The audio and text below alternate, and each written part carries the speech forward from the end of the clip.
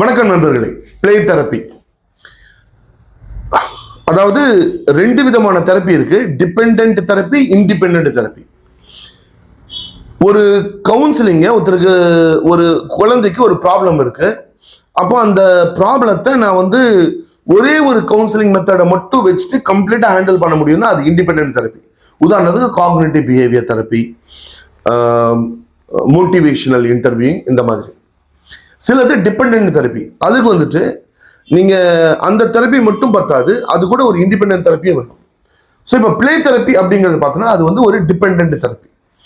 So இந்த play therapy மூலமா நம்ம குழந்தைகளை பற்றியும், குழந்தைகளுக்கு இருக்கின்ற அந்த நெகட்டிவ் எமோஷன்ஸ் ஏதாச்சும் இருக்கா, இந்த குழந்தைகள் தன்னுடைய இந்த உலகத்தை எப்படி பார்க்கிறார்கள் அப்படிங்கிறத பத்தி நம்ம ஈஸியா தெரிஞ்சுக்க முடியும். இந்த பிளே தெரப்பி அப்படின்றது என்னன்னா, play therapy is a therapeutic approach. அதாவது தெராபியூட்டிக் அப்படின்னா குணப்படுத்துகின்ற ஒரு முனை.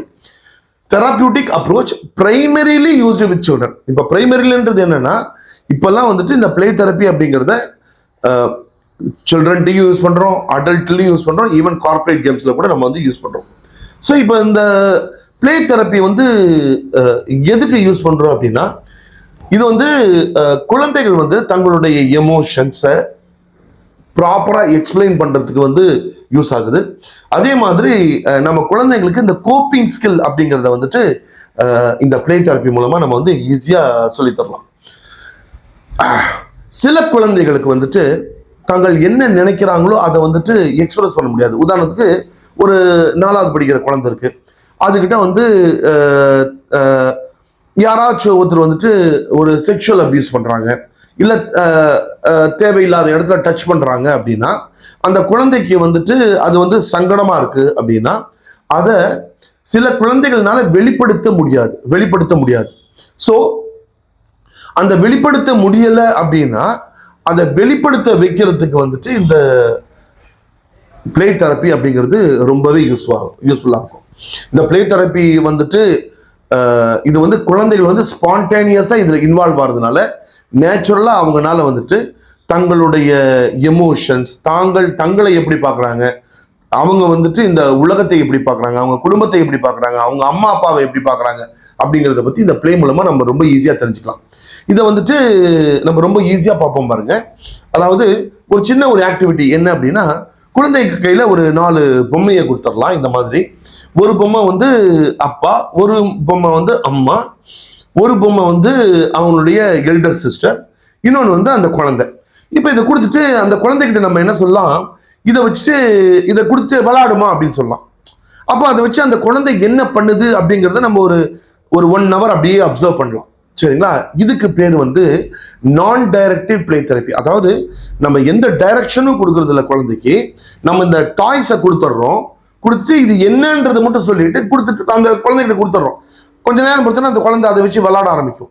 அதை விளையாட ஆரம்பிக்கும் போது அது என்ன, அந்த பொம்மைகளை வச்சு அது என்ன பண்ணுது, அது என்ன விளையாடுது அப்படிங்கிறத பொறுத்து நம்ம அந்த குழந்தைகளுடைய எமோஷன்ஸையும், அந்த குழந்தைகளுக்கு அவங்க என்ன கம்யூனிகேட் பண்றாங்களோ அப்படிங்கிறத நம்ம கண்டுபிடிக்கலாம். இது ஒரு நான் டைரக்டிவ் அப்ரோச்.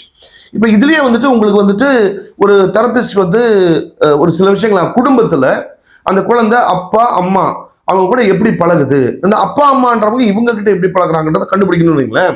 அப்போ இந்த 4 டாய்ஸை கொடுத்துட்டு என்ன பண்ணலாம்னா, சைல்டு கிட்ட நம்ம என்ன சொல்லலாம் அப்படின்னா, இங்க பாருமா, உன்கிட்ட 4 டாய்ஸ் நான் கொடுத்துருக்கேன், இதை வச்சுட்டு நீ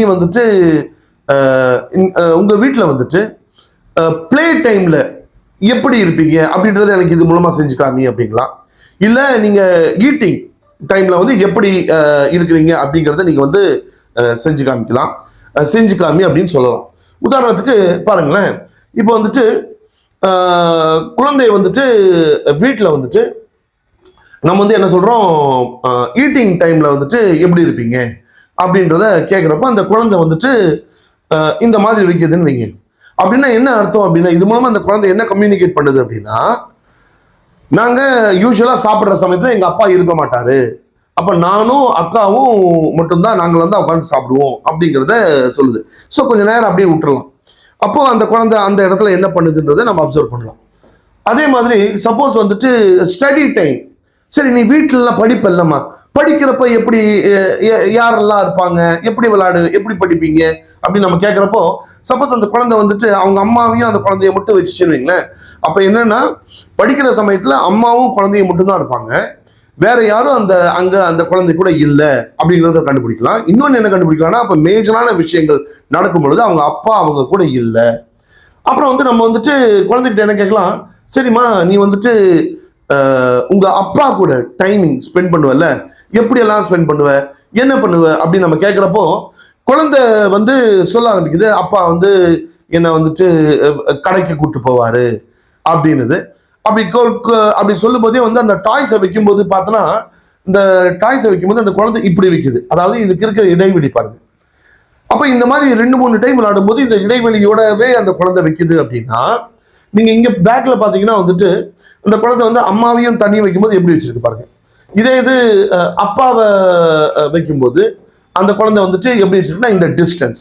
அப்ப இந்த டிஸ்டன்ஸ் நமக்கு என்ன காமிக்குது அப்படின்னா, அப்ப அம்மா கூட அந்த குழந்தை ரொம்ப டீப்பா இருக்கு, ஆனா அதே சமயத்துல அப்பா கூட கொஞ்சம் தள்ளி இருக்கு, ஒரு எமோஷனல் டிஸ்டன்ஸ் இருக்கு. இந்த பிசிக்கல் டிஸ்டன்ஸ் எதை காமிக்குது அப்படின்னா, இதன் மூலமா ஒரு இன்டெலெக்சுவல் டிஸ்டன்ஸ் இருக்கலாம், ஒரு எமோஷனல் டிஸ்டன்ஸ் இருக்கலாம். அதாவது உணர்வு பூர்வமாக ஒரு இடைவெளி இருக்கிறதுக்கான வாய்ப்புகள் அதிகம், அதே மாதிரி அறிவு ரீதியான ஒரு வாய்ப்புகள் இருக்கிறதுக்கு அதிகம். இது ஒரு சிம்பிள் ஒரு பிளே, ஆனா இந்த ஒரு பிளே மூலமா நம்ம எவ்வளவு விஷயங்களை தெரிஞ்சுக்க முடியுது பாத்தீங்களா. பிளே தெரப்பி அப்படிங்கிறது ரொம்ப அற்புதமான ஒரு தெரப்பி. இதை பத்தி நம்ம இன்னும் நிறைய பேசுவோம். இணைந்திருங்கள் எமோ கேருடன்.